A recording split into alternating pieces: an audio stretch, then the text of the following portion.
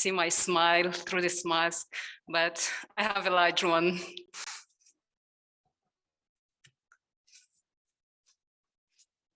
Honorable Minister of Environment, His Excellency, former Ethiopia Prime Minister, Honorable Hailemariam Desalegn, His Excellency, former President of Botswana, Festus Mogae, who's following online, His Excellency, former President of Niger, who is also online, Mahamadou Issoufou, the African Wildlife Foundation Chief Executive Officer, Kedu, IUCN Regional Director, Southern Africa for the International Union for Conservation and Nature, Luther, Rwanda government officials, RDB representatives, member of the media group, colleagues, ladies and gentlemen, welcome to this event today. Good morning, all. Good morning, all. It's my pleasure to welcome you all to this all-important event that marks a significant milestone that we are well and truly on our way to the IUCN Protected Areas Congress. My name is Beatrice Chiza, and I'll be the moderator of today's event. Today's event is very important because we unveil the leaders who have humbly committed to steer, champion, and be patron of the IUCN APAC in order to achieve the overall objective of the Congress, which is to stress the implementation of actions agreed to halt the loss of biodiversity, the land degradation, and address the climate change, to also support, deliver on the SDGs through this protected area as one of the mechanisms to implement the SDGs as well. At this point, allow me to also extend my warm welcome and recognize the VIPs who are joining us virtually across the globe. Please note that we have the French translation for those who are online, and you can check your screen. At the bottom, we have some options to switch from French to English. So we thank you very much for taking out your time and taking this opportunity to join us to this event. Thank you so much. A lot will be said today, but allow me to this point also remind you a little bit how crucial it is to have the APAC here in Rwanda and in Africa, as this will contribute to the sustainable economic development of Africa. It is very important that as African, we attend this event and we make it our own. Therefore, I won't go very much into the details of the event. However, as we listen to various speeches that will be given today, I will encourage us to think and to envision the future we want for Africa. What Africa do we want to leave to the next generation? If we close our eyes and dream, what kind of Africa, what kind of nature, what kind of life do we want to leave behind us once we're not here? In 100 years, 50 years, what kind of Africa do we want to leave to our children, to the generation to come? The reality is, ladies and gentlemen, that if African nations think that the future has nothing to do with the nature, then we need to think again. With nature, we can ensure more prosperous, healthy, and equitable world. And I cannot teach you on this. I know most of us know already that our health, our jobs, our community, and even our lives depend on the nature. So with those few remarks, allow me to officially kick this program by inviting our technical team to show us a video that highlights why is it crucial to have APAC, and why does it want to take place, and why do we need to have this, and who do we need to engage in this? So the video, please.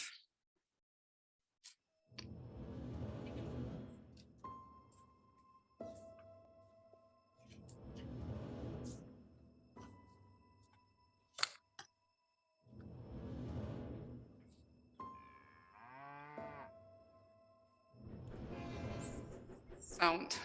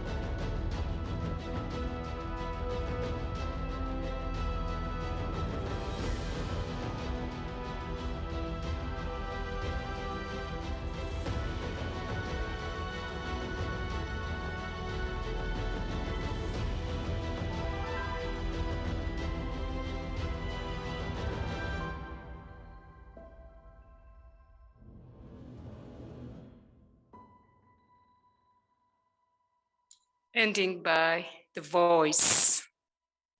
My voice, your voice, our voices are needed to protect the wildlife, to protect biodiversity in general. With this, ladies and gentlemen, allow me to introduce to you Mr. Luther to come and give us a few remarks, as he's been the pioneer of the World Conservation Congress. And we welcome you, Luther. Thank you.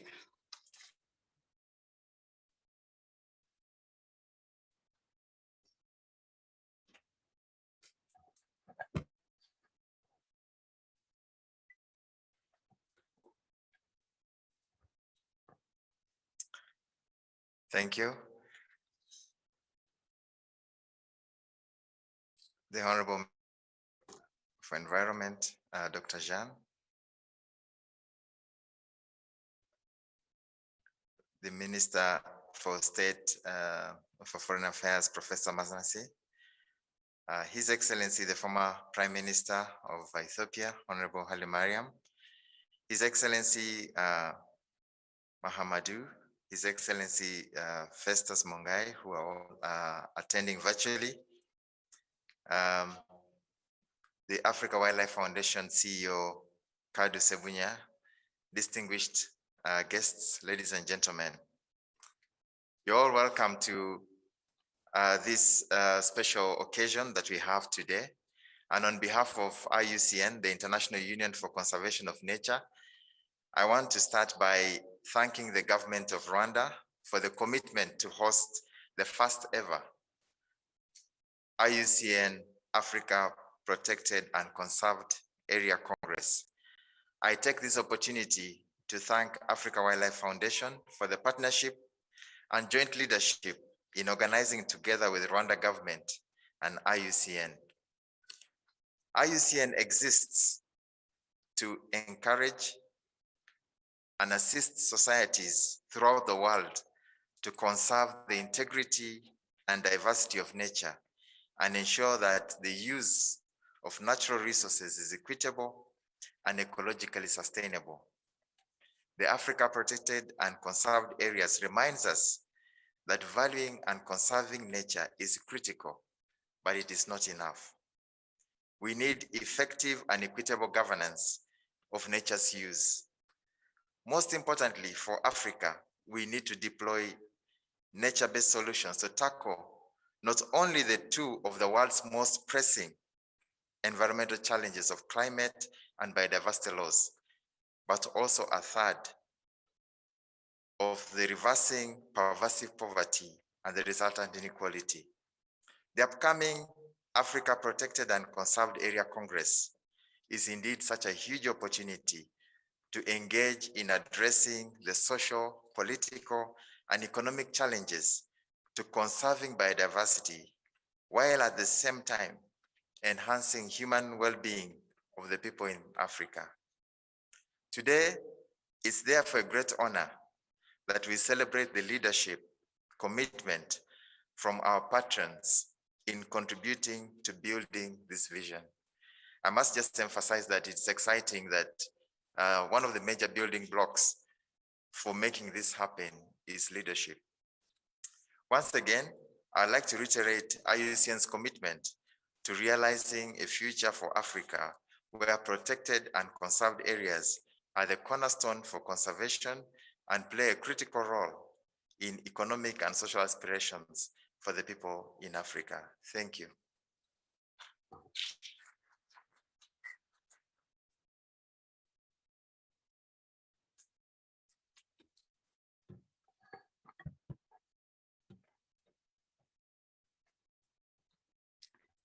Thank you very much. Ladies and gentlemen, it's my pleasure now to introduce the African Wildlife Foundation Chief Executive Officer, Kadu Sebunya, to share with us a few words on this all-important Congress that is set the shape for the Africa's Congress and Protection and Conservation Agenda. The floor is yours, CEO.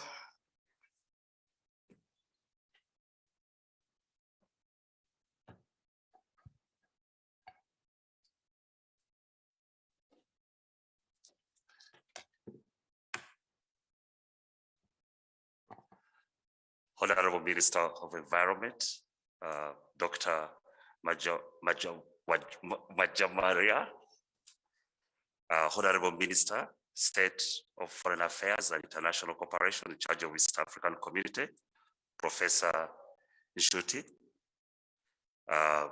His Excellency, Haria Mariam, Prime Minister, former Prime Minister of Ethiopia, His Excellency, Yusuf Mohamud, former President of Niger, His Excellency, President Mohai, former President of Botswana, the IUCN of Africa, Luther Aluku,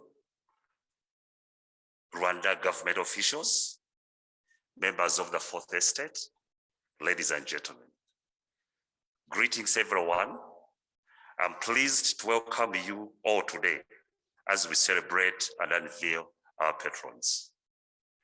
The current world population is 7.9 billion as of January, according to the most recent UN estimate elaborated by the World Dometer. 17% or 1.3 billion of those people live in Africa, while the vast majority, 60%, live in the rest in North America, Latin America, and Europe. But the world's human population account for just 0.01% of all living things on Earth. However, we are perhaps the only species endowed with the capacity to understand nature, yet we are also the worst. We are here today because it's arguable that our collective approach to environmental conservation been problematic. And our remarkable destruction is one of the most inexplicable yet enduring paradoxes of our life today. And it turns out we are becoming incapable of protecting our existence on Earth. This is, by the way, we manage our only home. We are soon reaching the limits for us to survive because of our creations. That is altering and impacting world lands and wildlife. That is so critical for our needs and health. Of all the mammals on Earth today, 90% are livestock and humans. Wild animals. Chickens and poultry accounts for 70% of birds on this planet, a human creation. It is said that since the dawn of civilization, humanity has caused the loss of 83% of all wild animals and nearly half of the plants. The global tree count, for example, has fallen by 76% since the beginning of human civilization. Half of the Earth's animals have been lost in the last 50 years, my lifetime. But while this data is shocking and worrisome, I am optimistic and hopeful because, ironically, this same period, my lifetime, has also been attended by some in human history. You got to be proud to be African, because in comparison with most of other parts of the world, Africa's biodiversity values are still fairly intact. Of the wildlife left on this planet, Africa is home to a wide variety of habitats. Nine of the 14 vegetation types identified globally are in Africa. Africa has the second largest tropical forest after Amazon. The Central African Congo Basin is the second lung for the world. We sustain some of the last major mammal migration partners on Earth. Of 24 current historical large mammals, migration species and subspecies, 14 are in Africa, and 9 of those persist in 6 landscapes. However, this richness is no reason for complacency.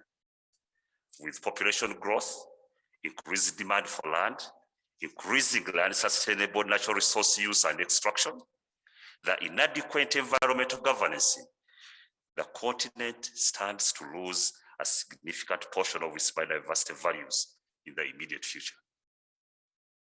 Although it's true that many species and populations live outside protected areas, and some wildlife populations and natural communities declining even when protected, we know well-managed protected areas continue to be the most effective in our biodiversity. All of biodiversity on this continent of ours. But many are unfunded, inadequately managed, and conservation and development targets. It's therefore critical that Africa's protected area system be supported, managing our estate and improve associated financial inflows, utilization, and allocations. I guess that's why we are here today, to further reiterate that our current model of conservation is not working, and that we must embrace new conservation strategies to shift our current perspective. We know that effective protected area management depends on many factors, including legal status, clear management and conservation objectives, the type of governance, human resources is important, budgets, legislation, including political will, and the ecological and socio-economic context, including available equipment and funding, are so critical for the success of managing our protected areas. I'm hoping, therefore, that the upcoming inaugural IUCN Africa Protected Area Congress, APA, will create a surmountable baseline for these strategies to be developed. We need to remind ourselves that as it stands, Africa's 500 protected areas cover 14.1% of Africa's terrestrial area, and 70% of them hinged on ensuring that conservation agenda links to the aspirations and mindsets driving change on this continent. As an organization that recently clocked 60 years, we intuitively know and can confidently say that conservation success relies on African leadership. That in order to achieve the various goals set out towards this Congress to be successful, and even our goals as conservation organizations in this room, African leadership should be at the center. And I'm delighted to say that we are indeed making significant progress on this front, seeing the names of our patrons and the strong partnership with the government of Rwanda and numerous governments across the continent. With the blessing of the President of Rwanda, His Excellency Paul Kagame, who is currently represented by the Minister of Environment, we are today gathered to unveil 3 former African heads of state who in their previous and current capacities continue to champion for a better and united Africa. Under the leadership of President Paul Kagame, alongside these patrons, we are confident that we have the fighting chance of elevating the plight of conservation and the protected areas across the continent's leaders. I'm greatly optimistic of the titanic strides we will achieve, and we encourage, and I encourage you all listening in today to join this journey with us. Ending on this note, I welcome Professor Nasset Sut, Minister of State in the Ministry of Foreign Affairs and International Cooperation in charge of East African Community, for his remarks and to unveil our patrons. Thank you.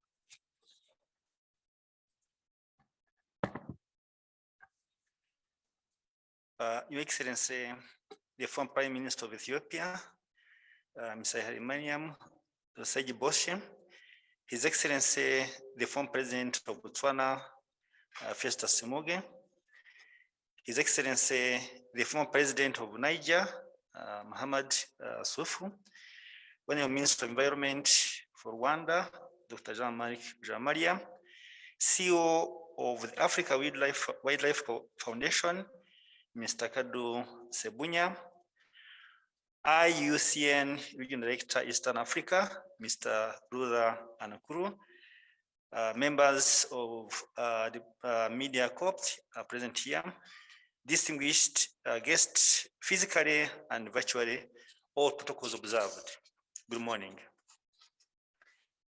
It's my extreme pleasure to be part of this very important event where African leaders are pledging their commitment towards sustaining development of Africa through supporting and endorsing IUCN African Protected Areas Congress. As the Minister of Foreign Affairs and International Cooperation, we are playing a part in informing the rest of African countries about this Congress, which is the beginning towards seeing the actualization of African Protected Areas Congress. Conservation should be part and be at the center of improving the livelihood of Africans and its people. The Congress is of great significance to Rwanda and Africa, as it highlights the importance of protected and conserved areas at the backbone of sustainable development, with the provision of key ecosystems and benefits to the people of African prosperity. Excellencies, honorable ministers, distinguished ladies and gentlemen, attention must be drawn to the value that protected and conserved areas and the endless benefits that comes with effective management, such as food security, maintaining ecosystem balance, building resilience to climate change, and the many other benefits benefit wildlife as well as human life wealth. With the leadership of His Excellency Paul Kagame, the government of Rwanda through RDB has at present managed to allocate 37.7% of the land to conservation activities, in part to maximize economic benefits of the nature-rich sites. We have leveraged tourism, revenues, job creation and investment in the around protected areas to not only protect them, but expand them as well. In addition, we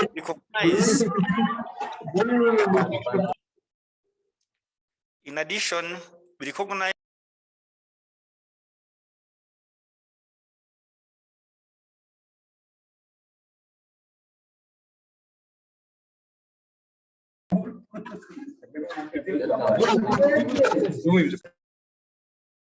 climate change. We need to work together to place protected areas at the center of being to prevent biodiversity loss. This is why IUCN African Protected Areas Congress is so critical to this mission. The continent needs to come together, share learning experiences, and agree on practical actions to promote the value and the role of protected areas to enhance resilience, support sustainable development, human welfare, as well as the well-being of the people. We need to agree the underlying drivers of diversity, loss, and seek commitment from Africans and developed country governments to comprehensive address these issues accordingly. Excellencies, honorable ministers, distinguished ladies and gentlemen, the need for sustainable innovation financing and green growth investment is critical as we discuss sustainable economic development of Africa. The IUCN Protected Areas Congress gives African nations the opportunity to dialogue and come up with solutions in the context of Africa. We need to cooperate solutions, sustainable financing, as well as disaster response and preparedness. These are among the key issues we look forward to discuss at the Congress. Excellencies, Honorable Minister, distinguished ladies and gentlemen, in my concluding remarks, I wish to encourage all of you here and those joining us to register for IUCN African Protected Areas Congress, which will be the start of the new journey for Africa's conservation agenda.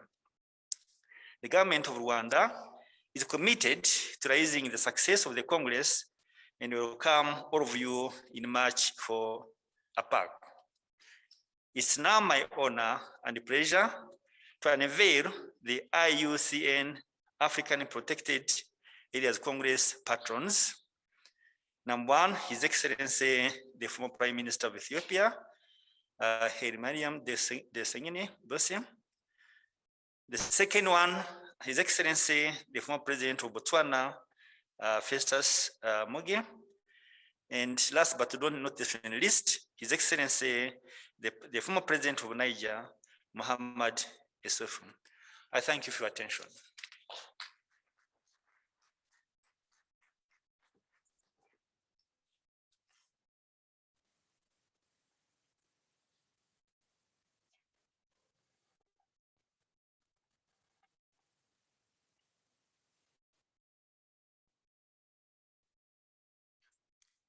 Thank you very much. We learned saying auteur de sa mort, which means author of sitting on a tree, a branch, and was cutting the same branch. And I think all this topic today about protecting the environment, protecting wildlife, protecting biodiversity, it means to us that with the rich biodiversity we have in Africa, we shouldn't be the authors of our own death. So let me take this opportunity to really appreciate the time and dedication and commitment given by the African leaders unveiled here today as APAC Patron to ensure that we realize a successful protected area Congress and to ensure that we're not becoming the authors of our own death. We will now listen to the messages from our patrons, and we will start by a video message from His Excellency, former President of Botswana, Festus Mogae. Video, please. Your Excellency Haile Mariam Desalegn, former Prime Minister of Ethiopia. Dr. Jean Dak Maria, Minister of Environment, Rwanda. Mr. Kadu Sibunya, the Chief Executive Officer of the African Wildlife Foundation, AWF. Rwanda government officials, members of the Fourth Estate, ladies and gentlemen. Good morning to you all, and receive hearty greetings from Botswana. I'm greatly honored and privileged to share my message of acceptance with you this early in the year. This must be a sign that 2022 has great things planned for all of us. I am especially pleased to be joining my esteemed dear friends and peer, His Excellency Paul Kagame, in championing African conservation through the upcoming one-of-a-kind International Union for Conservation of Nature, IUCN, Africa, Protected Areas Congress, APC, that is slated for March this year. This auspicious event has been a long time coming, and I'm finally glad to witness it come to fruition. A hearty congratulations to the government of Rwanda, the IUCN, the AWF, and all the partners who have worked tirelessly to ensure Africa unites for sustainable future. Something in my gut tells me that this Congress will be a tipping point for not only Africa, but also the global community.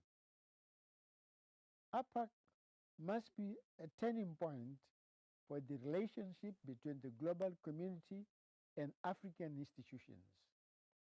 As Africans, we recognize the pivotal role the global community and international organizations have played over the last 60 years. However, for change to be sustained in Africa, there is need to give agency to African institutions at all levels, local to national and national to regional. That African communities and institutions will be driving the conservation agenda is necessary for ownership and integration of the conservation agenda with the aspirations and vision for the Africa we want. There is a need for cooperation with the global community, but one that is premised on respect and equal partnership with African institutions on the continent. There is a need for greater trust in the capabilities of Africans and African institutions to lead the conservation agenda. Over the past 2 years, COVID-19 has disrupted tourism and travel in an unprecedented way, putting at risk millions of livelihoods in Africa and across the world. The sudden widespread global pandemic offered no grace period for people to stock up or make alternative arrangements, and it was only a matter of weeks before economic collapse was imminent for most. More often than not, we tend to focus entirely on the wildlife and forget the important role of the local communities living adjacent to wildlife areas, or even more importantly, therefore, those who host wildlife on their land play in safeguarding the ecosystem. During the pandemic, while the wildlife thrived and roamed freely through the African plains, it is the communities whose livelihoods are mainly dependent on tourism who suffered the brunt of the economic strain. This is why creative resource mobilization ought to not only address species conservation, but also support community livelihoods. Communities are the last line of defense for wildlife which roam their land.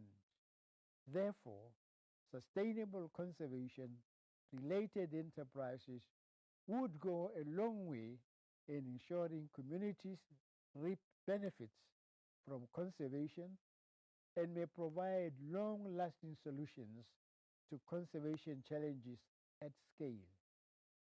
In order to curb these ever-present risks, we must increase the level of community engagement, given their critical role in wildlife conservation, as well as maintain eternal vigilance to ensure poaching is eliminated.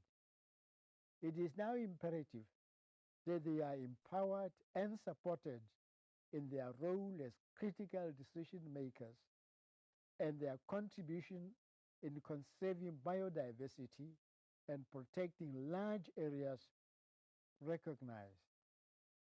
These communities have lived in conservation areas and near protected areas for centuries and have proven to be the best stewards of their natural resources. They perfectly understand both the intrinsic and financial value of wildlife and wildlands. This is why they deserve more dignity and greater rights, access over the interventions taken to secure the conservation of biodiversity.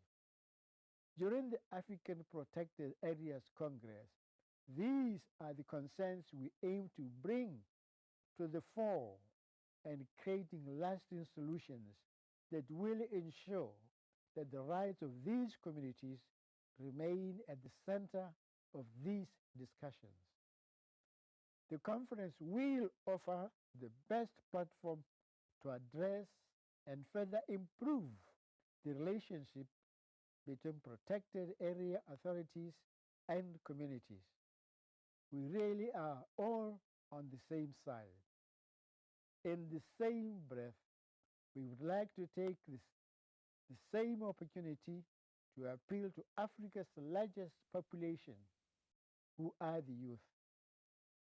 With the global statistics indicating that by 2050, the African continent will have the largest number of young people in the world, it simply means that they represent Africa's greatest opportunity for safeguarding its biodiversity and future as both leaders and custodians. We must therefore ensure that their voices are heard and incorporated during this Congress, because they will bear either the brunt of the benefits of our current decisions That said, I'm more than thrilled to accept my role as one of the patrons of the upcoming Africa Protected Areas Congress, and I hope to see you there so that we can forge a brighter future for our children and our grandchildren. I would therefore like to take this opportunity to invite you to join us in March in Kigali. Do ensure that you register for the conference and have a chance to be part of history in the making. I look forward to meeting you there. See you at APAC 2022.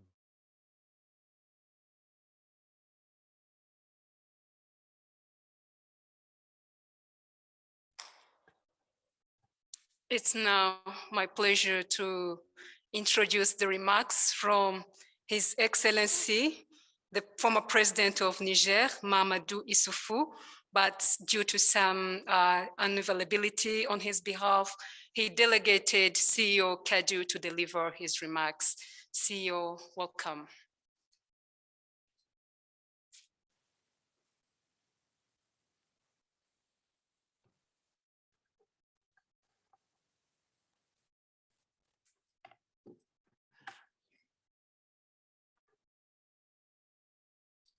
His Excellency Haile Mariam, former Prime Minister of Ethiopia, His Excellency Festus Mogae, former President of Botswana,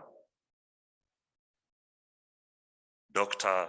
Jean Mujawa Maria, Minister of Environment, Rwanda, Professor Manashe Shuti, Minister of State in the Ministry of Foreign Affairs and International Cooperation in charge of East African Community, the CEO of the African Wildlife Foundation, Kadu Sebunya, IUCN Region Director, Eastern and Southern Africa, Luther Anoku, Rwanda government officials, and members of the Fourth Estate. Good morning. Greetings from Niger. It gives me great pleasure to deliver this acceptance message as we champion for a bright future for our beloved motherland, Africa. I would like to thank my good friend, His Excellency Paul Kagame, for agreeing to host us today and in March for the Negro IUCN African Protected Area Congress, APAC. This is indeed a monumental and bold step towards spearheading conservation on the continent and at a global scale, and for that, I congratulate you. I look forward to working with you and our peers in leading this discussion towards monumental strides. Fresh off the heels of the global pandemic that has wreaked havoc on world economies, the need for Africa to get it right now is vital. It is well known to us all by now that Africa's protected and conserved areas play a critical role in climate regulation. The upcoming IUCN Africa Protected Areas Congress, APAC, is going to be the first ever continent-wide gathering of African leaders, citizens, and interest groups to discuss the role of protected areas in conserving nature, safeguarding Africa's iconic wildlife, delivering vital life-supporting ecosystem services, promoting sustainable development while conserving Africa's cultural heritage and traditions. The underlying drivers of biodiversity loss need to be understood and addressed in practical ways, and the global post-COVID-19 economic needs to reflect the reality that our lives and economies depend on nature. The ability of leadership at all levels to be discerning and empowered is critical in shaping decisions that will affect Africa's future. And APAC seeks to deliberately foster dialogues that build and empower the current and the next generation of leaders to realize an Africa future where biodiversity is valued as an asset that contributes to our development. This is why I'm very happy and excited to accept this honorary position as patron of the inaugural Congress that is intended to change the face of conservation and spearhead climate change mitigation efforts on a large scale. This long anticipated Congress will position Africa's protected and conserved areas within the broader goals of our economic development and community well-being, and to therefore increase the understanding of the vital role parks play in conserving biodiversity and delivering the ecosystem services that underpin human welfare and livelihoods. Currently, climate change affects the most vulnerable hardest by contributing, currently, climate change affects the most vulnerable hardest and contributing to alarming food insecurity, population displacement, and causing major stress on water resources. Through this Congress, biodiversity will offer solutions to climate change impacts, while at the same time, reduce the negative effect of climate change. Enhancing ecosystem integrity is one fundamental way of reducing Africa's vulnerability and the migration of Africans to other parts of the world. I would therefore like to invite you to join us and be part of this opportunity to alter Africa's trajectory for the better future. I look forward to meeting you all in March and to work with my peers on this effort. See you at APAC 2022.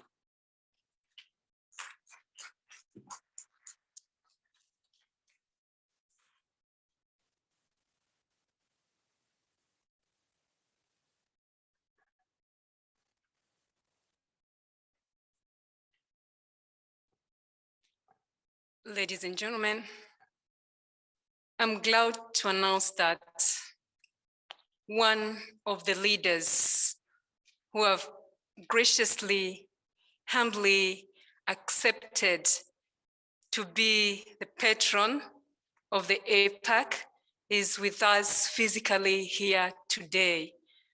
And for sure, we don't take this for granted. And that's why I'm calling upon all of us to give a round of applause to His Excellency, the former Prime Minister of Ethiopia, Haile Mariam Desalegn.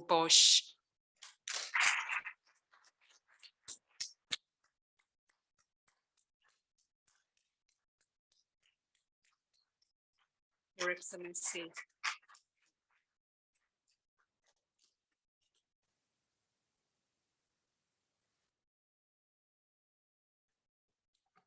Please. Thank you indeed, moderator. Your Excellencies, Jane d'Arc Muja Wamaria, Minister of Environment, Rwanda, Professor Manashe, Minister of State of Foreign Affairs and International Cooperation, my friend Kadu Siwiana, African Wildlife Foundation CEO, Luther Anku, IUCN Regional Director, Eastern and Southern Africa, Rwanda government officials, ladies and gentlemen. Good morning, everyone, and welcome. Let me begin by recognizing first our dearest host, His Excellency President Paul Kagame, for his championship and guidance to convene this special African First Congress on Conservation in Kigali, Rwanda. Second, the virtual and message presence of their Excellencies, President Yusufu and President Muhai, fellow patrons of APAC. Thank you so much at the outset for your commitment to steer a great African Conservation Congress in African soil. It is indeed a great honor to join this morning as we gear up for one of the greatest and most anticipated African conservation conferences. African nations have created over 6.7 million square kilometers of protected areas. This massive size, 4 times the size of Spain, reflects both the vast size of Africa and the high level of commitment by the African nations to the principles of conservation and sustainable development. These areas are the principal safeguarders for Africa's rich biodiversity. They are essential for biodiversity conservation, underpinning most national and regional conservation strategies. Next to their role in maintaining the natural ecosystems and conserve species, many contain major features of the Earth's history and processes, while others conserve the interplay between human activity and nature in sustainable use landscapes. Larger and more natural protected areas are also provide space for evolution and future ecological adaptation and restoration, both increasingly important under conditions of rapid climate change we witness today. It is for this reason and for many more that we as Africans must safeguard our remaining natural ecosystem for not only this upcoming generation, but for those to come. Unfortunately, the situation for many Africa's protected areas and conserved areas is bleak. We have to admit this. Most protected areas are severely under-resourced.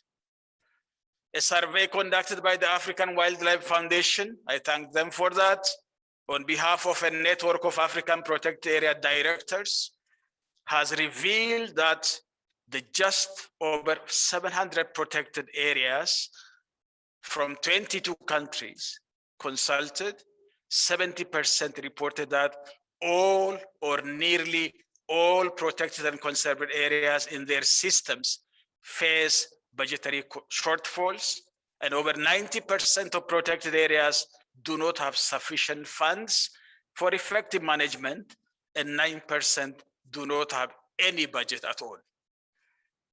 This means that instead of performing as carbon sinks, as we talk always about them, and safe havens for biodiversity, protected areas are threatened by conversion and degradation. Global scientists already predict that under a business as usual scenario, we could lose as much as 60% of the area currently set aside for conservation on the continent. Therefore, we must turn this situation around. But we can. Yes, we can. We have in this moment the opportunity to invest in the areas we have set aside as the backbone of natural infrastructure that underpins the aspirations we have set out in Agenda 2063 of the African Union Commission. This opportunity has been presented by the upcoming IUCN Africa Protected Area Congress in March this year. We should be serious. I really mean it. We should. Otherwise, we are so much threatened. At this Congress, for the first time ever, Africa will be presented with an unparalleled opportunity to chart a path that balances economic growth with conservation of Africa's natural capital.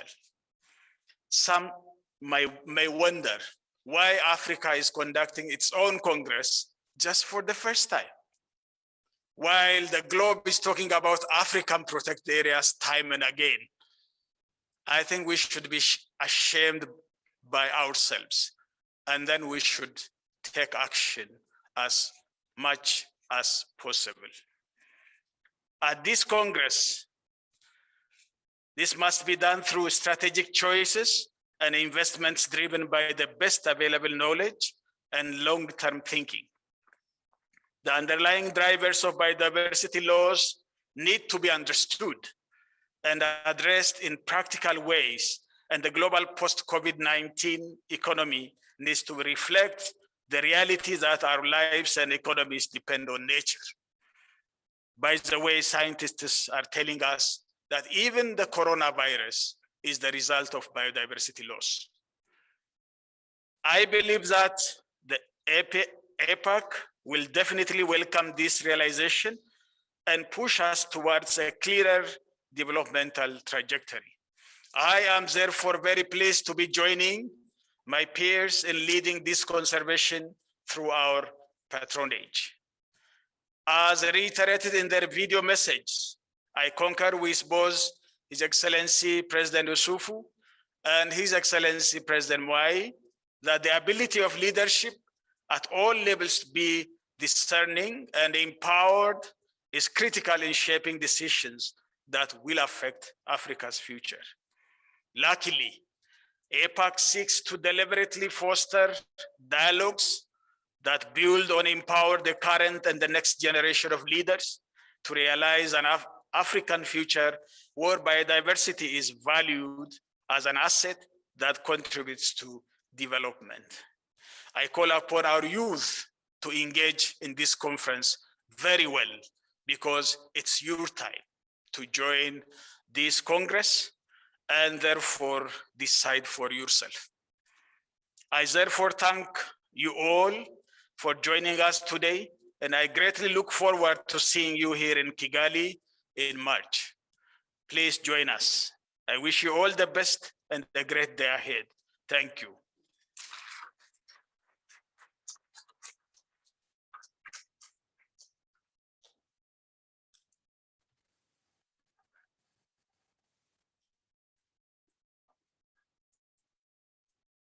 Thank you very much, Your Excellency.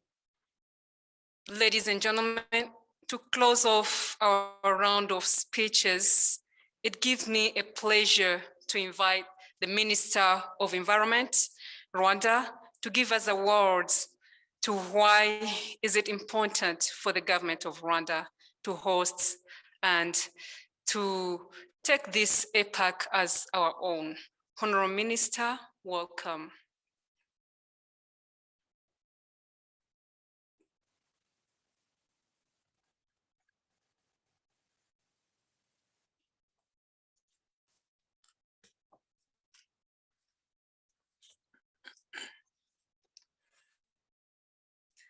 Excellencies, unveiled APAC patrons, Your Excellency, former Prime Minister of Ethiopia, Haile Mariam Desalegn Boshe, who is physically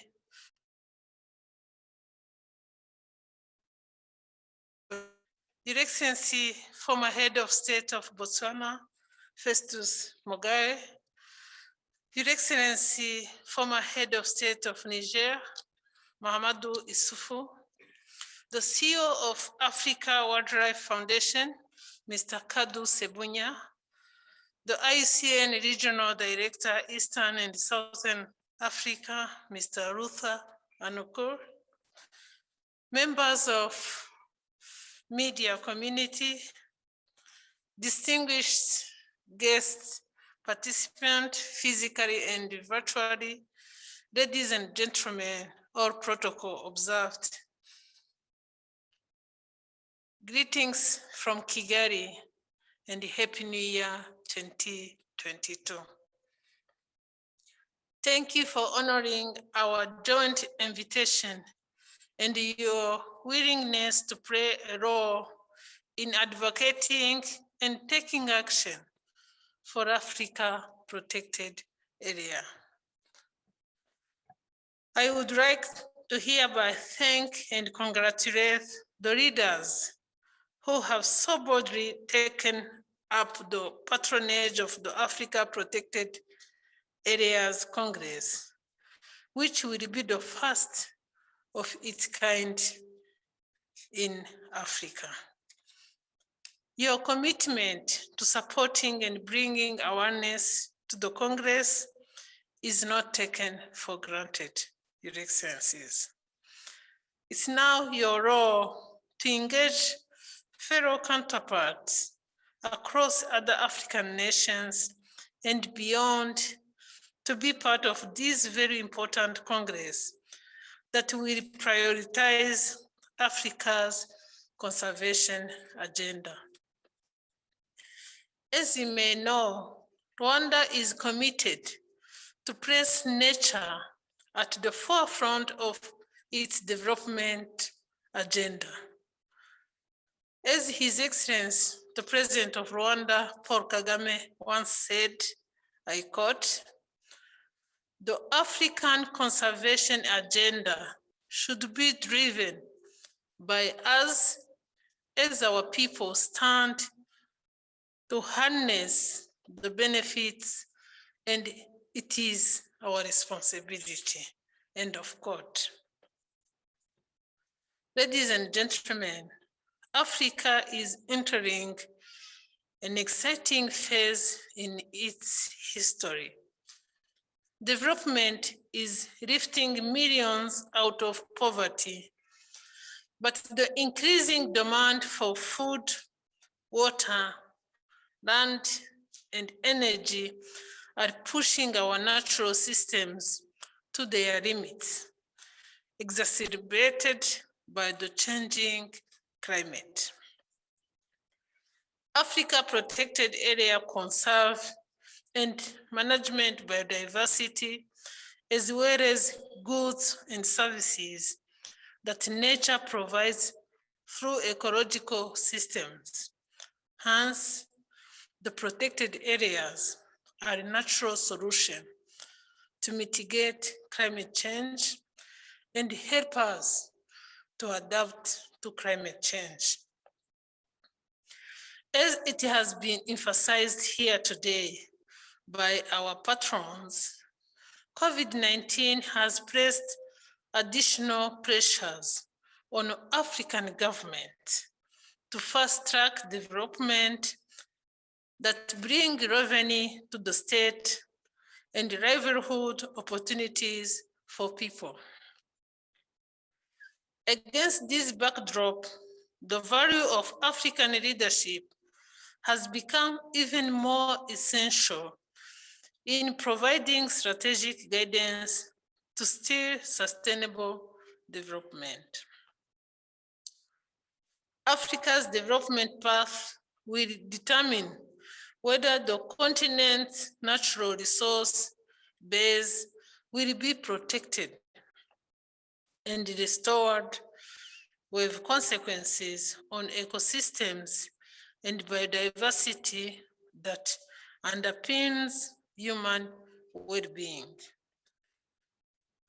Due to competing priorities and pandemic impacts, diverting resources, the current, the current conservation finance models are fragile, hence the need for concerted efforts for biodiversity conservation.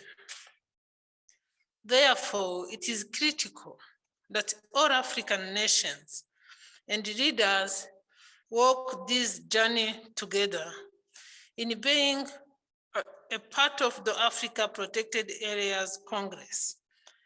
It is indeed timely, as it comes at a time when there is growing global attention on nature. We are not investing enough in the natural systems we depend upon. Additional $700 billion is needed for biodiversity each year, less than 1% of global GDP. Africa spends less than 10% of what is needed to protect and restore nature. Protected areas must have access to the financing required for effective management, and thus fulfill their role in providing essential biodiversity protection and ecosystem services for people and development. Ladies and gentlemen, the government of Rwanda continues to place conservation at the center of its development agenda. And we have made great strides in restoring its degraded and deforested landscapes with our different partners, including IUCN. Rwanda aims to maintain and expand the country's protected areas as key economic assets, supporting climate resilience and acting as havens for biodiversity and sources of vital ecosystem services. Despite strides made across the continent, there remain gaps, including integrating conservation in our policies and related investments. Closing these gaps require effort from not only governments, but also the private sector, NGOs, local community, faith-based organizations, scholars, experts, and other conservation communities. Through concerted efforts, we can address gaps and achieve the sustainable economic development we want for Africa, for us to have the Africa we want. As I conclude, Your Excellency, ladies and gentlemen, I want to reiterate the honor of the government of Rwanda in hosting and making the Africa Protected Area Congress a success. The sustainable economic growth of the continent is dependent on the ecosystem services provided by its wildlife and protected areas. If well managed, Africa will enjoy a favorable environment for water availability, food security, land protection, and healthy livelihoods. This underlines the urgency of why the Africa Protected Area Congress must take place to allow African leaders to come together and set out decisive commitments to implement a development vision, prioritizing nature and societal aspirations for sustainable and resilient outcomes.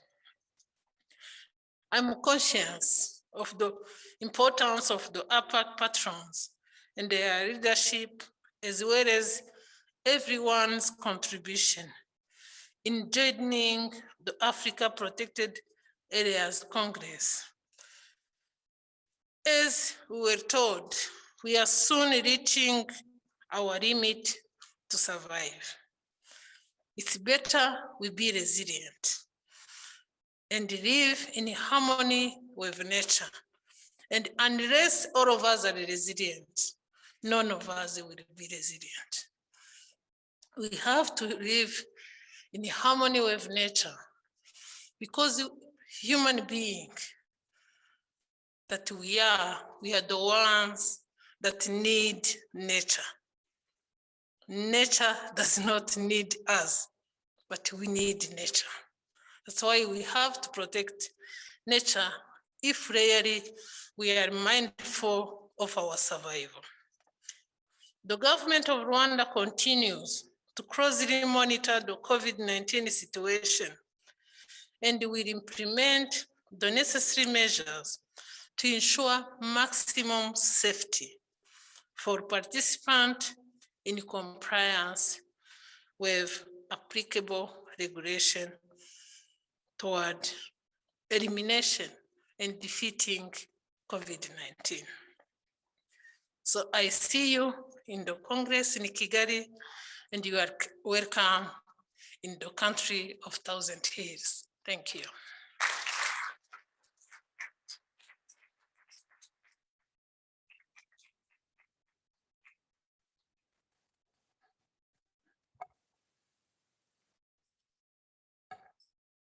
Thank you very much, Honorable Minister.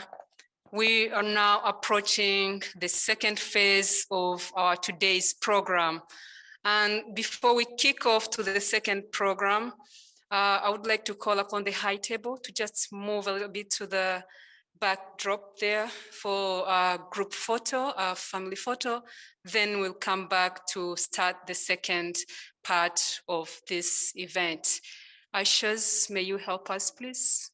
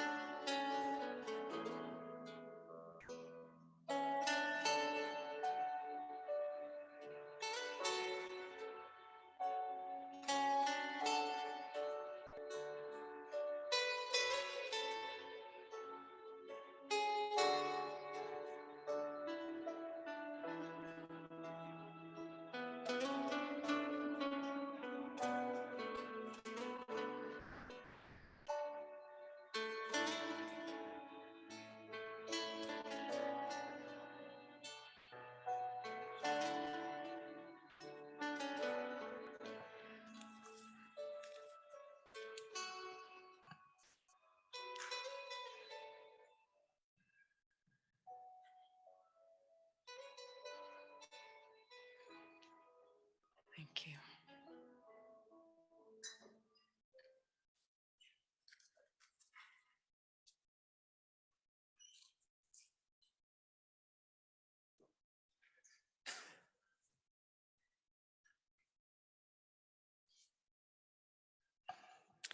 Thank you very much. And before we start with engaging with our member of the Fourth Estate, I would like to introduce a friend of APAC. This is Madame Juliette Biao Kudenpo, the UN Environment Program Director and Regional Representative for Africa. She has a wealth of experience in managing development initiatives in Latin America, Canada, in Africa, with the focus of environment, community livelihood, and gender equity. Dr. Biao has pioneered breaking ground initiatives, including participatory management of protected areas. She served as the Minister of Environment and Natural Protection in Benin, as well as acting Minister of Family and Child still in Benin. She has served as the Global Women Leadership, and she got awards from the same Global Women Leadership and also the Green Future.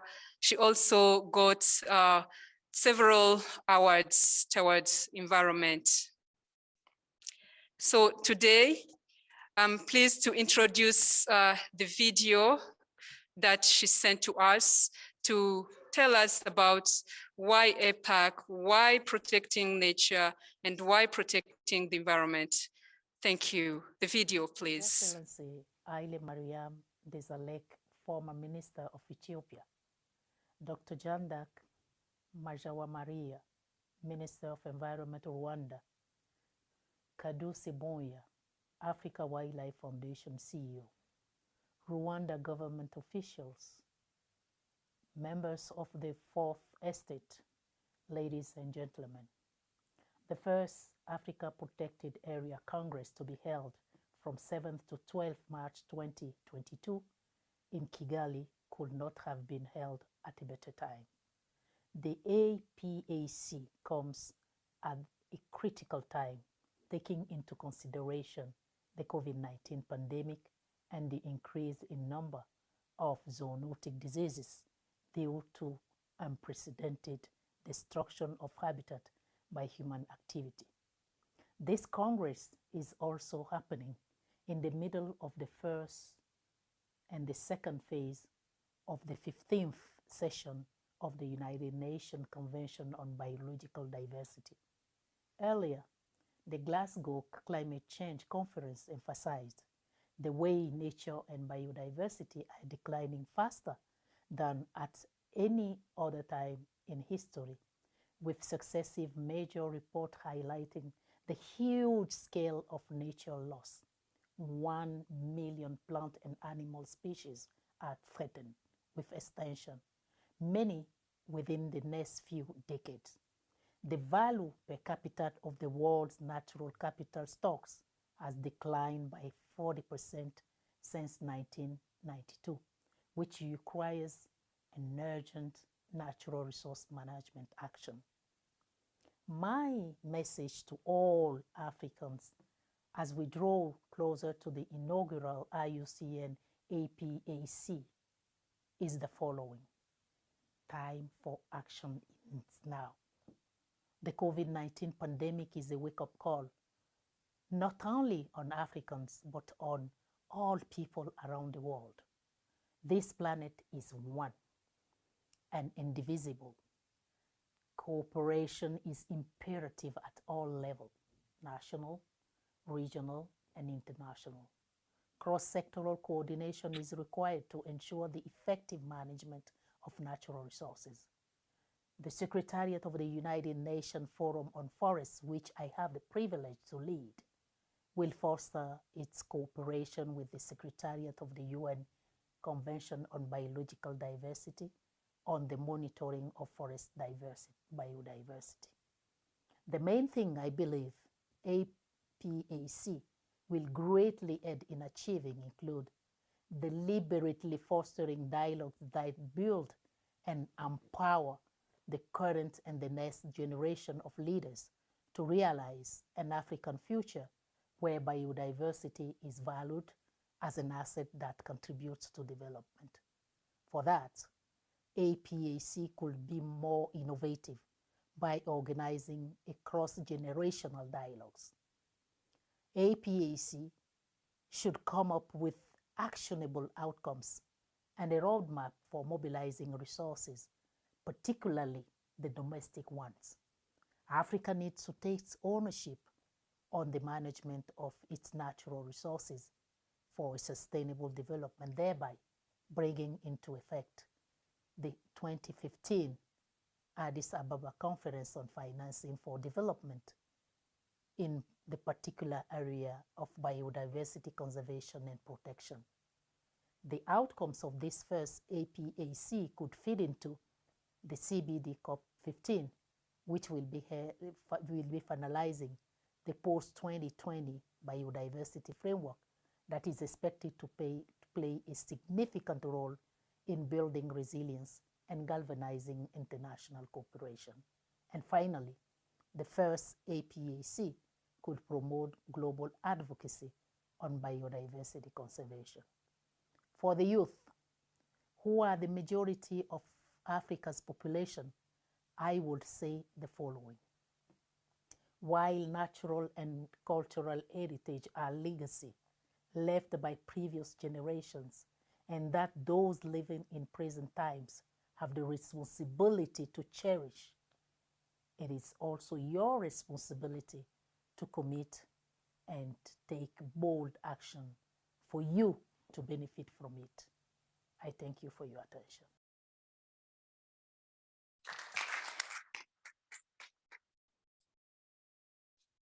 And with this, should I call upon opening the floor for question and answers from the media? Communication teams, you will help us for those who are online, receiving their question, transmitting them to the panelists, and we would ask if they can, those who are virtual and those who are present also, present themselves, the media house, and ask their question. And with this, if Basil, you can help in receiving question and answers for this session. Thank you so much.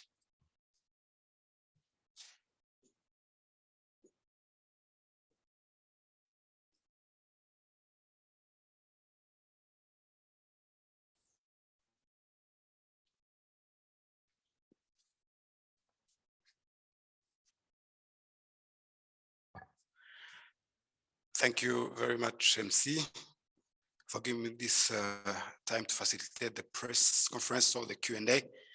So we are glad to be with journalists across the globe. Some of them, they are here in the room, others they are virtually. So we'll start from those who are with us here. We take 4 questions and then panelists will respond. Then after we proceed with those who are with us virtually. You will raise your hand, present yourself, and you ask the questions.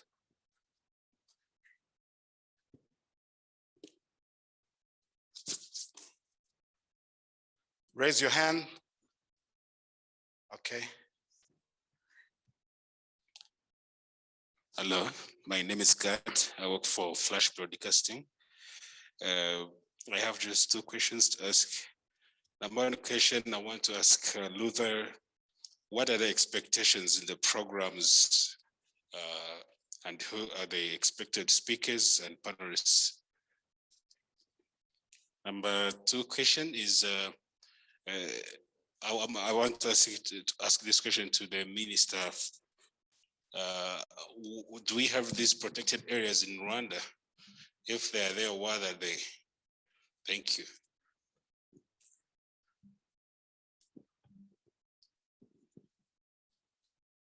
Jean-Claude from RBA.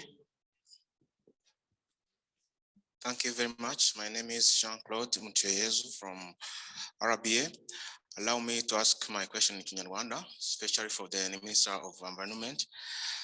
Minister, twagira ngo mudufashe cyane cyane ku bumva ururimi rw'Ikinyarwanda. Ni ibiki by'ingenzi bizavugirwa muri iyi nama? Dutekereza ko izaba ikomeye cyane, ariko se nanone ku bijyanye n'ubwirinzi cyangwa se no kubihuza no kuba yaba Afurika cyangwa se n'u Rwanda muri rusange, n'isi birumvikana imibare ya COVID iri kugenda izamuka. Ibi bintu u Rwanda rubyiteguye gute kugira ngo hatazagira igikoma mu nkokora iyi nama? Murakoze.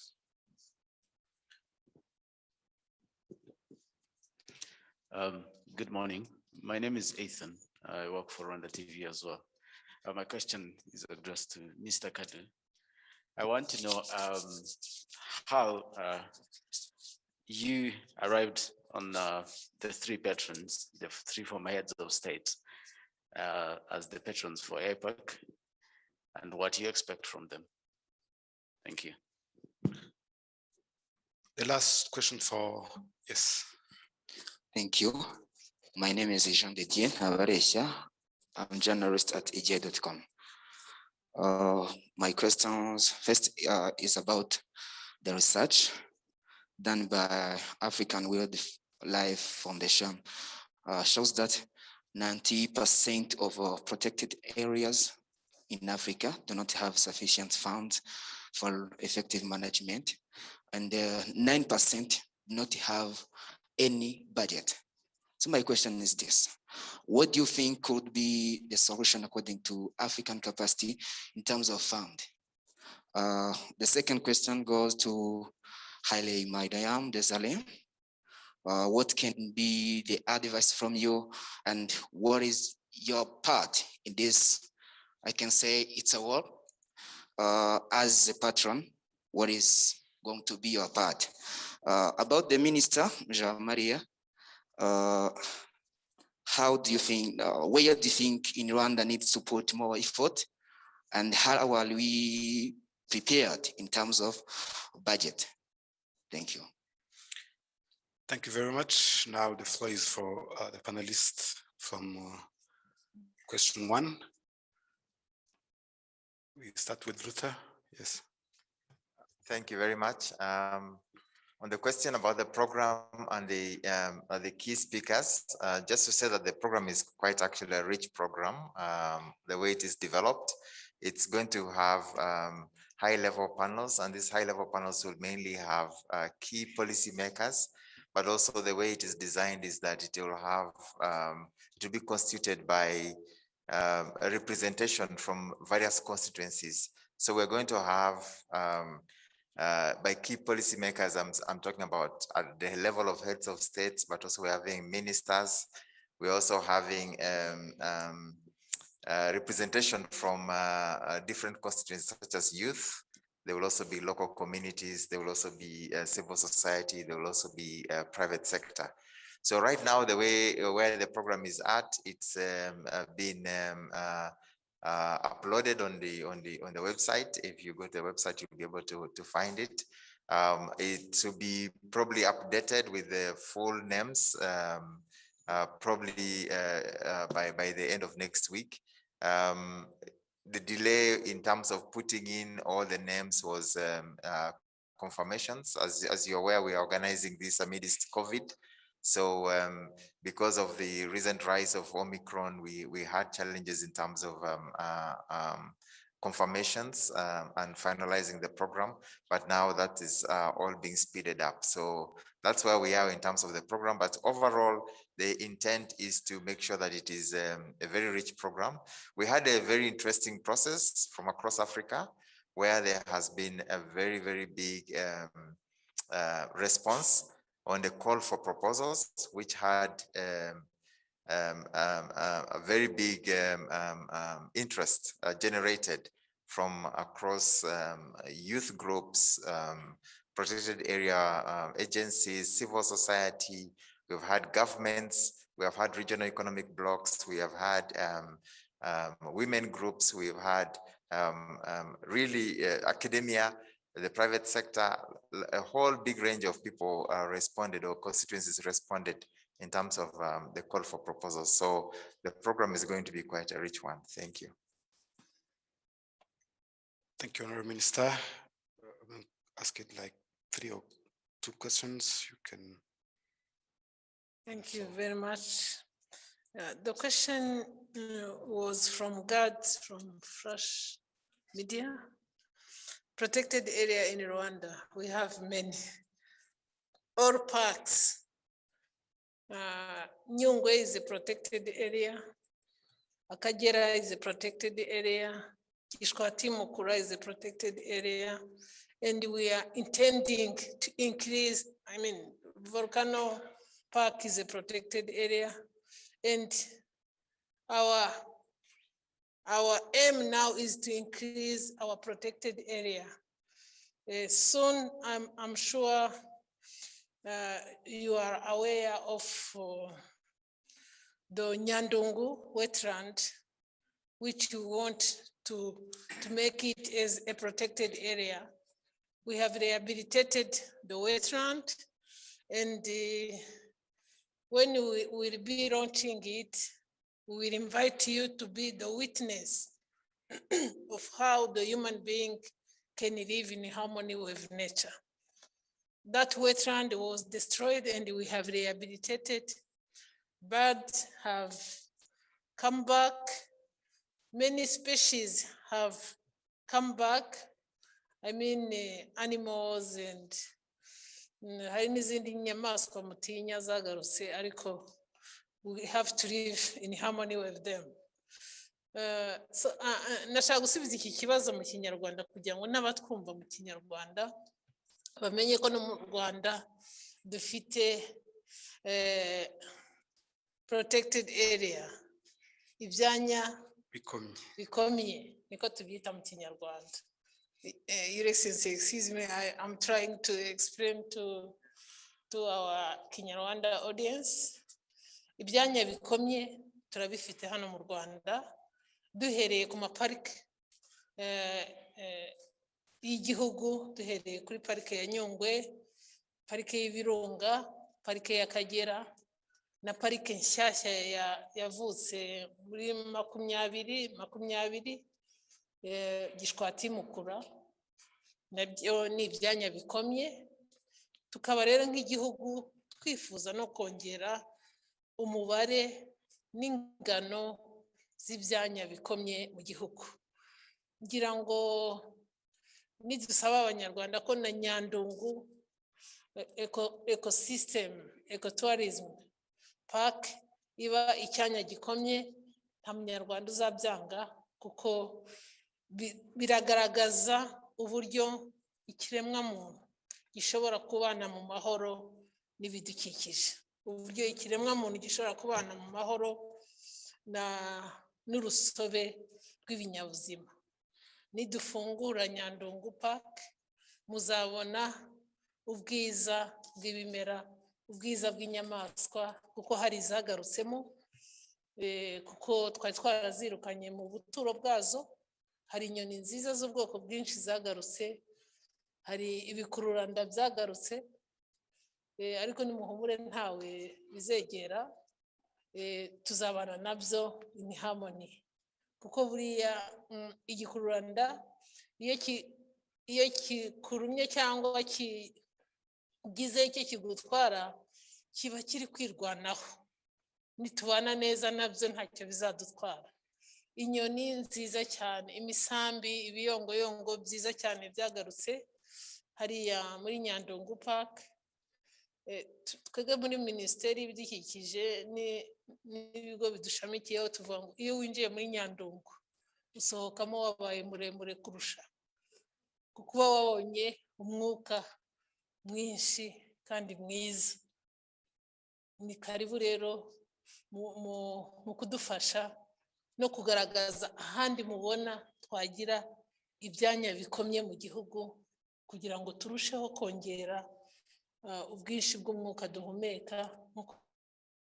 Twese turangamiye ku bidukikije kugira ngo imibereho yacu ikomeze itere imbere. Murakoze. There is another question from Mutuyezu regarding the COVID preparations and guidelines. Sorry. Hari ikindi kibazo nayo nabajijwe na Mutuyezu. Ni ibiki by'ingenzi bizavugirwa muri iyi nama? Iby'ingenzi bizavugirwa muri iyi nama ni commitment, uburyo buri muntu uzaba uri muri iyo nama n'uzaba yikurikiye ahandi yiyemeje kuba ijwi ry'ibice by'igihugu bikomye, cyangwa se protected area, ibice bikomye, yaba amaparike, yaba amazi, ahantu hose twumva hagomba kuba hakomye, harinzwe, kandi ubwo burinzi bukava kuri buri wese. Ibyo nibyo tuzavugamo, ariko noneho n'uburyo twashyira ubushobozi mu kugira protected area, ubushobozi mu kugira no kurinda ibyo twagezeho mu bice bimwe na bimwe bikomye by'igihugu, ndetse na Afurika muri rusange. Afurika ni umugabane ufite icyo wavuga ku bidukikije, icyo wavuga ku rusobe rw'ibinyabuzima, ariko kuba iyi nama ari ubwa mbere igiye kuba muri Afurika, byagombye kuba binadutera isoni nk'uko His Excellency the Prime Minister yabivuze. It's a shame that is the first Congress that is taking place in Africa, when Africa is a home to the vast biodiversity. Ubwo rero uretse kuvuga kuri financing cyangwa se ku gutera inkunga ibikorwa byo kubungabunga ibyanya bikomye, hazatangirwamo n'ibiganiro by'ubushakashatsi bwakozwe, hazatangirwamo commitment cyangwa se kwiyemeza ko abazaba bari muri iyo nama y'icyo buri wese agiye gukora. kugira ngo duhindure umuvuno uko turi kugenda tubana n'ibidukikije, duhindure turusheho kubana neza n'urusobe rw'ibinyabuzima. Murakoze. Ikindi yabajije, twiteguye dute COVID-19 kwiri kugenda izamuka? Ngira ngo imibare yo mu Rwanda iragaragaza ahubwo ko COVID-19 turi kuyihashya, uko imibare uko igenda imanuka birimo biragaragarira buri wese. Urebye no mu cyumweru gishize uburyo imibare yagendaga igabanuka, ariko ahangaha ntitwiyibagize yuko uko COVID-19 iri kwitwara, twebwe uburyo turi kwitwara mu kuyihashya, uburyo turi kwikingiza, ni nayo mpamvu mubona iyi COVID-19 iyi wave tugezeho, abantu bamwe bari no kwirwara ntibabimenye, nuko twikingije, nuko twikingije. Ubukana bwayo turi kubuhashya, ariko tugomba gukomeza kuyihashya byonyine ntibihagije, tugomba kuyirukana mu gihugu cyacu. Ariko ntabwo dufite impungenge zo kugira inama nini ahangaha, kuko nta nubwo ari iya mbere tugize mu gihe cya COVID. Hari inama nini twagiye tugira mu gihe cya COVID tutarabona n'inkingo, none ubu twaranakingiwe, twabonye urukingo rushimangira rwa gatatu. Urumva rero turiteguye, ariko ntibizakuraho ingamba zo kwikingiza, ingamba zo kwisuzumisha mbere y'uko ufata gahunda yo kuza muri iyi nama, waba uva hanze cyangwa uri mu Rwanda, ingamba zo gufata intera hagati yawe n'undi, no gukomeza gukaraba intoki kenshi bishoboka, ubundi tukabana neza n'ibidukikije. Ngira ngo ubushakashatsi buzanatwereka mu by'ukuri ko COVID yaturutse ku buryo tubanye n'ibidukikije. Murakoze. Thank you very much, Honorable Minister. Okay. So I'm requested by His Excellency to speak about the COVID issues in English for the outside audience or English speaking. Actually, we are ready to host the APAC 2022. For what is concerning the COVID-19 measures, Rwanda is ready. Rwanda is ready and prepared to have a safe environment, a safe Congress.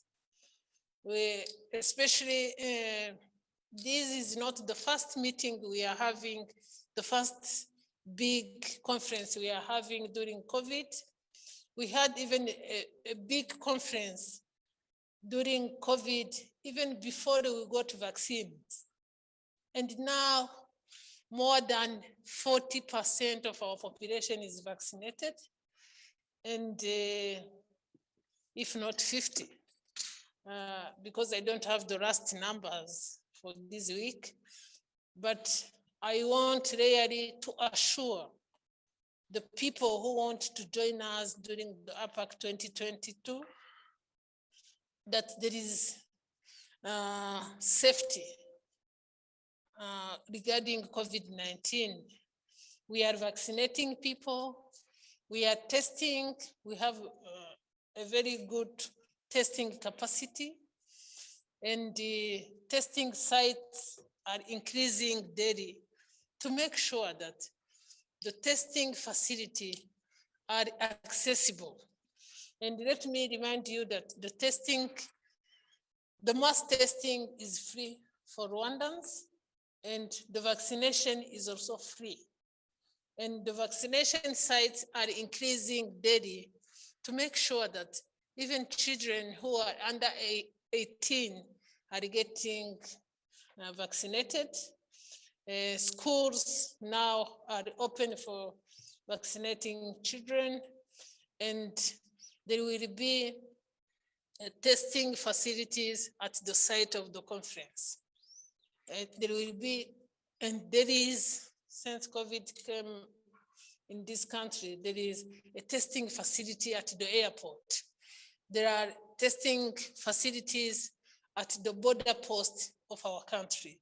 So for that, I want to assure the participant of this Congress that Rwanda is well organized for COVID-19 measures. Of course, we keep vaccinating, we keep testing daily, and daily we will be testing for this Congress. So we have no doubt that we will have a safe and successful Congress for everybody who will attend the Congress. I thank you. Thank you, Honorable Minister. Your Excellency, you've been asked the question from the room, but let me combine with the other one from our journalists who are with us virtually. Someone asked, to the newly appointed, how are they going to promote women in wildlife and conservation? Thank you very much, moderator. Thank you very much, Minister, for the reassuring message for our Congress participants. I am a living witness. I came to Rwanda because I have all the confidence in the country and its management of the COVID-19.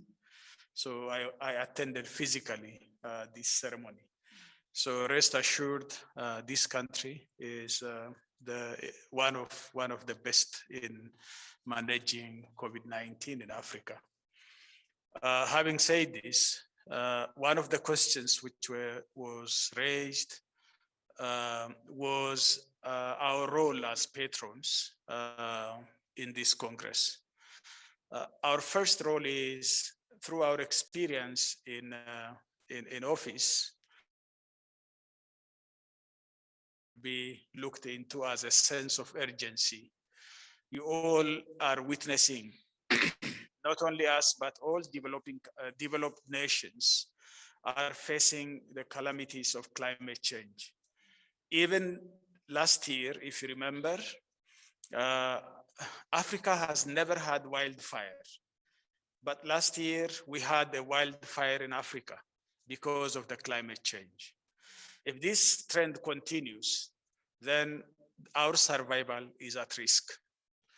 And that's what necessitates us as the former leaders to continue to advocate in this issue so that our people understands that we are an existential threat from climate change as well as biodiversity loss. We used to take this as for granted, but now we can't take it as for granted because our existence is being threatened. We want to pass to our children a safe and livable world. And so we have to advocate. I think this is the first job we have in this Congress, to show that even COVID-19 is the result of biodiversity loss.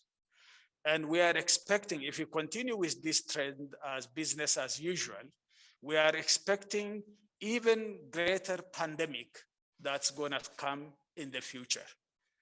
So we have to reverse this trend. And if we have to reverse this trend, the most feasible area that scientists are telling us is to protect properly our national parks and protected areas. In this regard, our people has to be part and parcel of this endeavor, and we need to advocate for that. If we want to save our nature, scientists are telling us 30% of our land mass has to be protected by 2030. If we don't do that, then we are at risk. So Africa has not even reached, the globe has not reached the 30% protected area by 2030. The trend doesn't show us. I'm very much convinced that if there is political will, then we can achieve a 30% protected area by 2030. But the existing protected areas in Africa are underfunded and ill-managed. So before talking about the 30%, we have to make the existing protected area to be well-funded and as well as well-managed. So this needs political commitment. We need to advocate to our friends that are sitting heads of state and government to take political actions. I am very much appreciating the conviction that some of our leaders are taking now, but not all of them. So we need to tell to our colleagues, fellow heads of state and government, to take strong political commitment and action. And action is very important. So that's why we join hands with President Yusufu and President Mohai. It's a passion, you know, nature conservation is a passion. If you are passionate about it, you can't sleep. So I think we continue on advocating this. This is our first job. Our second job is to share best practices from one country to the other one. So Africa, for example, your own country, Rwanda here, has best practices. Recently, there was an introduction of 30 white rhino in Rwanda in your protected areas. You have lost rhinos, Rwanda did have these animals, but we lost them. But now we are getting them back to restore and to bring back our nature and our wildlife. I'm very much fascinated by, maybe most Rwandese has not visited as I did the Rwandese protected areas. I was in Volcano, I was in Akagera, I was in Nyungwe. I visited all parks in Rwanda. I urge all Rwandese to visit, not we outsiders, so that you understand what nature means and how it protected it. So I believe you get rain because there is Nyungwe. If you destroy Nyungwe, you are not going to get rain in Rwanda, in Kigali. So I think we have to protect our nature properly. And this is the message we want to pass. I am advocating now. I'm doing my job. So thank you for that. Women are at the center of all our development, simply because in number, they constitute 50% or around half of the population in Africa. But they are more close to nature than we men. So I think involving women and our young people in conservation is critical. It is said time and again for all sectors, but conservation is much more close because they are very close to nature than ourselves as men. So I think this Congress will be taking care of the gender sensitivity as well as the age sensitivity, like our youth, our futures, and they should take responsibility and leadership in this regard. I thank you. Marikoza. There is a question for Kadu. If you allow me, I can also add the other one from online. Okay. There is a question from Albert from Zimbabwe. He's asking, what strategies do we have as leaders in conservation in making sure we end with animal tracking and poaching? Thank you for the questions. I think the first question was, how did we reach to the three leaders, the patrons of this conference? it was a team effort, but I think His Excellency has demonstrated what it is really. You saw the passion, you witnessed the knowledge, but also you witnessed the commitment. And I think that is what these patrons are. I've been so fortunate to be a friend, to have interacted with them for quite a while. And I've seen that they've walked the talk. Many of them, either when they're still in government and leading their countries, they've done things for conservation. But most importantly, all of them, when they left office, they are carrying out very, very, very good projects for conservation. His Excellency here is so much involved. He's part of the tourism board of Ethiopia. He has invested time and resources in ensuring that communities, especially in Ethiopia, are benefiting from conservation directly. They are managing wildlife on their land. And a lot of this work he has done when he has left office. So, and all of them, President Yusuf, I've been to his village. He's planted, I think, off my head, over 1 million trees with our communities. As part of the green belt, we are trying to keep the desert in the north so that it doesn't come much more on the south. He's so much involved in that. He's involved in climate change. In his village, because the trees he has supported planting, I saw for the first time that the communities were telling me they've seen water for the first time in 20 years. Water bodies staying throughout the year because of some of his projects. So President Mohai, you know what the story of Botswana. It's the country that is holding majority of elephants, African elephants on this continent. A story of success on what conservation needs to happen. Botswana is demonstrating that. The richest tourism industry on the continent. Employs more women, the tourism industry in Botswana employs more women than any other industry and contributes to GDP.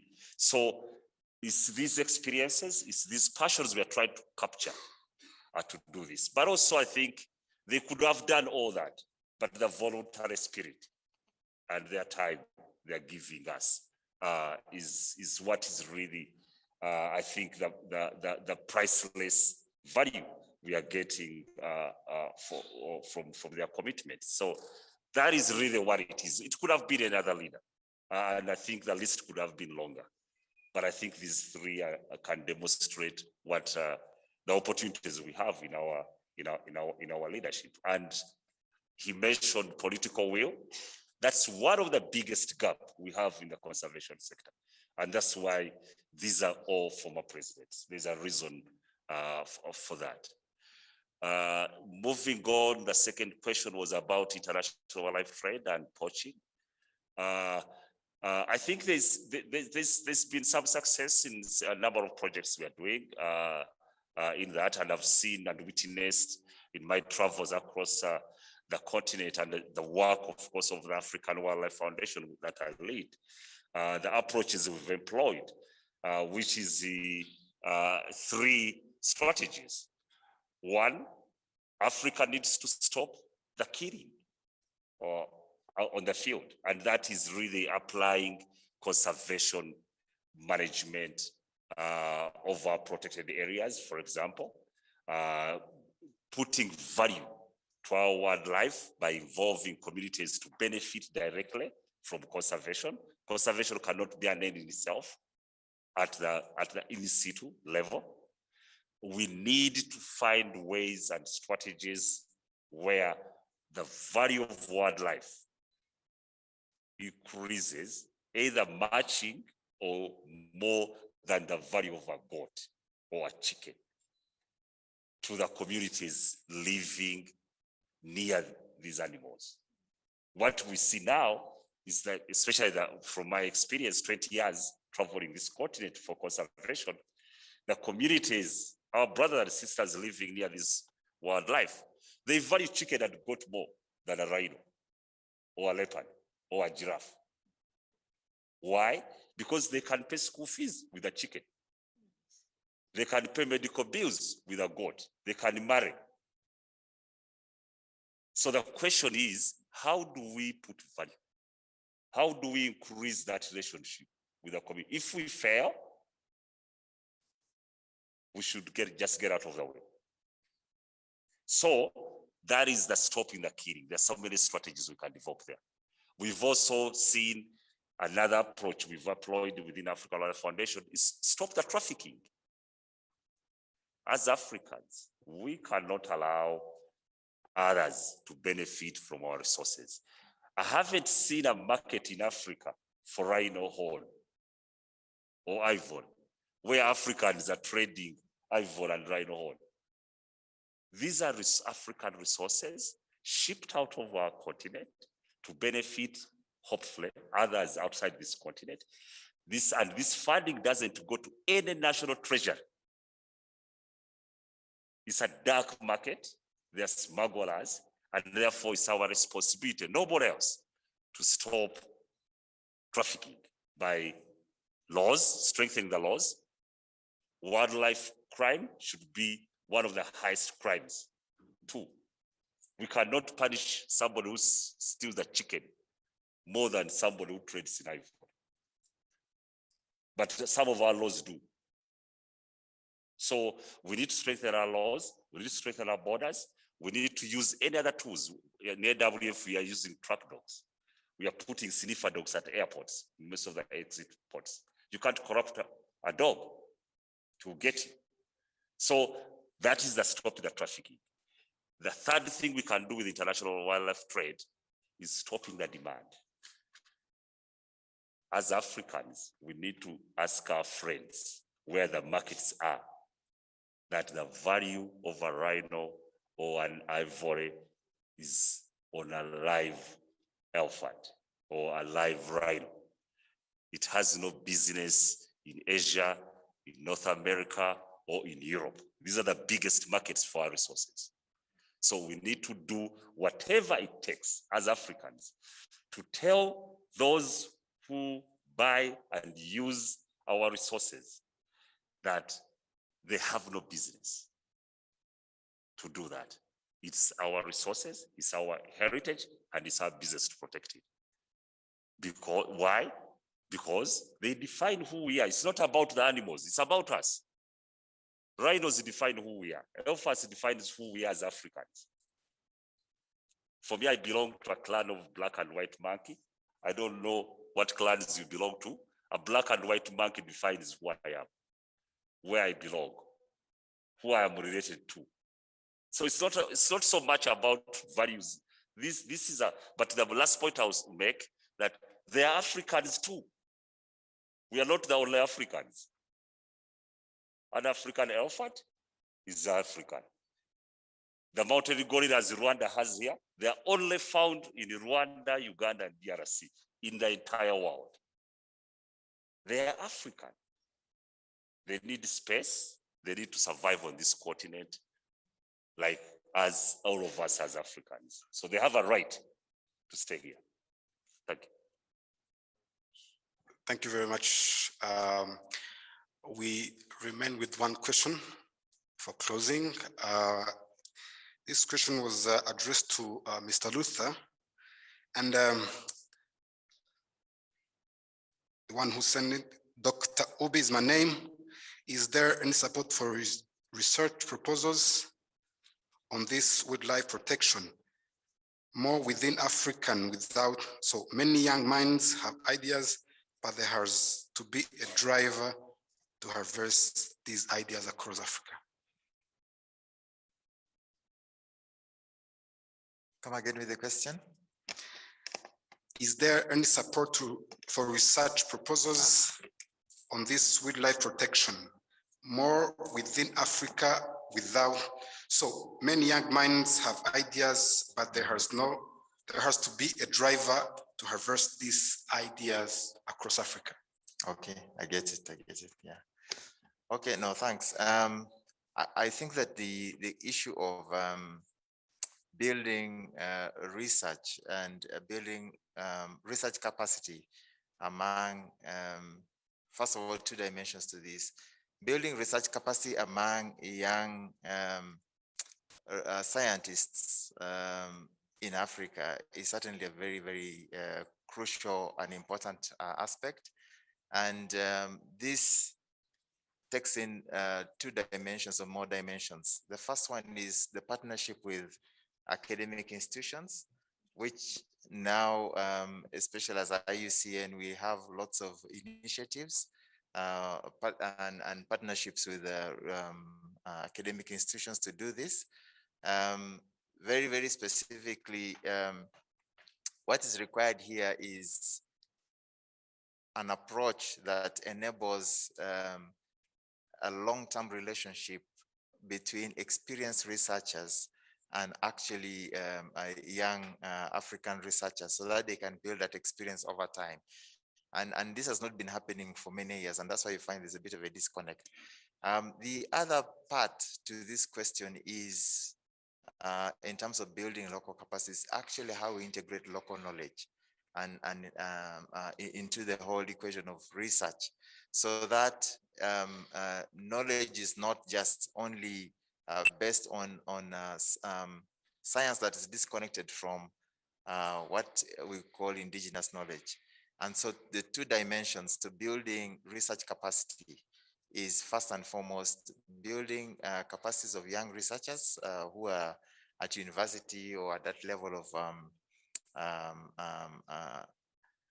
working either with local NGOs or working with local institutions, but also at the level of building research capacity from a point of knowledge, which is building indigenous knowledge. So I would say that those are two priorities. And at the APAC Congress, there is going to be a lot discussed alongside this. There'll be a number of knowledge cafes, and there'll be lots of opportunities to share successes, but also challenges, including opportunities which exist in building this. Stay tuned to this, and you can also check the website to see how you can engage to see the opportunities that are going to arise out of these opportunities. Thank you. Thank you very much. I would like to do not close as I was saying. Let me give the floor to the Minister of State from the Ministry of Foreign Affairs, who he wanted to add something to others panelists. Yeah, thank you very much, moderator. I think most has been said about the meeting. Mine is simply to assure the participants who are coming to Rwanda that visas will be available at the airport on arrival. That's from officials and participants. There will be visas on arrival, so there should be no problem with visas. Thank you.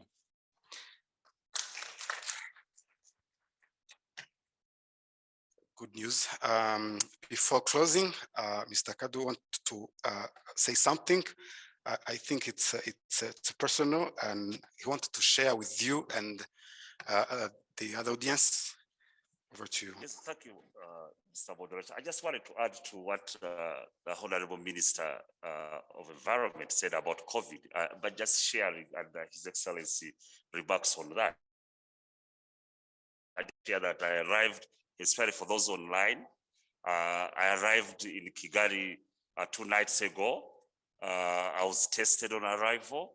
I was asked to go and quarantine until my results came out. My results came out in 6 hours, less than 6 hours. I was told that I'm negative. I was free to get out of quarantine, and indeed I did. And by morning, I was ready to do business that brought me here. I was free to go and interact with everybody else. And indeed, because of this morning, I arrived here at this conference, I had a quick COVID test, like everybody else who is here. Very quickly, the system is in place. So I assure people, like the minister said, that when she says the system is here, I've witnessed it. When she says that there's a capability of hosting this conference, I've seen that and I've gone through that system. So I just wanted to assure and give my personal experience of that. And I've just done my test this morning because I'm leaving very early in the morning, and I already have my results as I depart the country. Thank you. Thank you very much. That's how it works here in Rwanda. I think everyone is getting the information. So the time is not our side. I have to give the floor back to the MC, but the remaining questions that you prepared will continue to be addressed to our communication team. APAC has a communication team. So if you still have a question, you can go back there and they write your question and they will answer even after tomorrow or tomorrow. Thank you very much.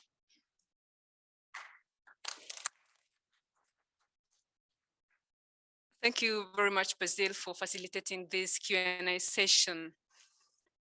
Thank you very much for our panelists.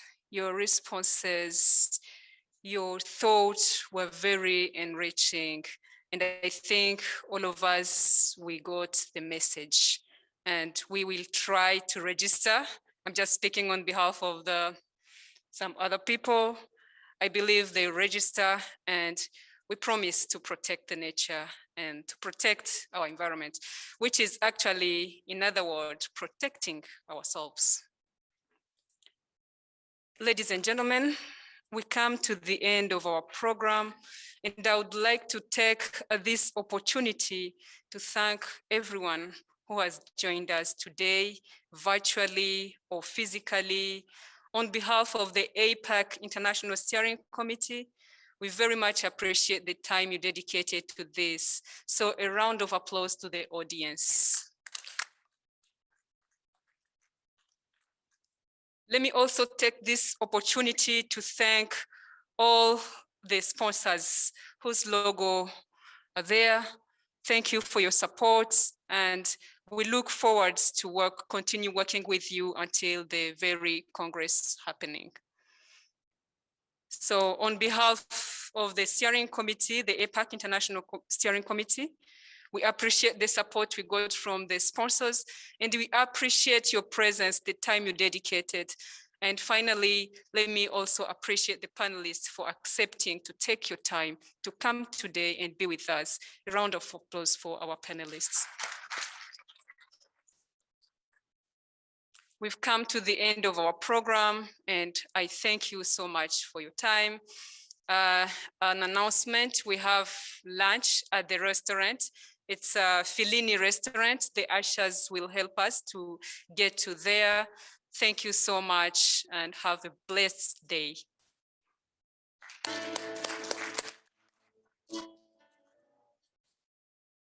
Recording stopped.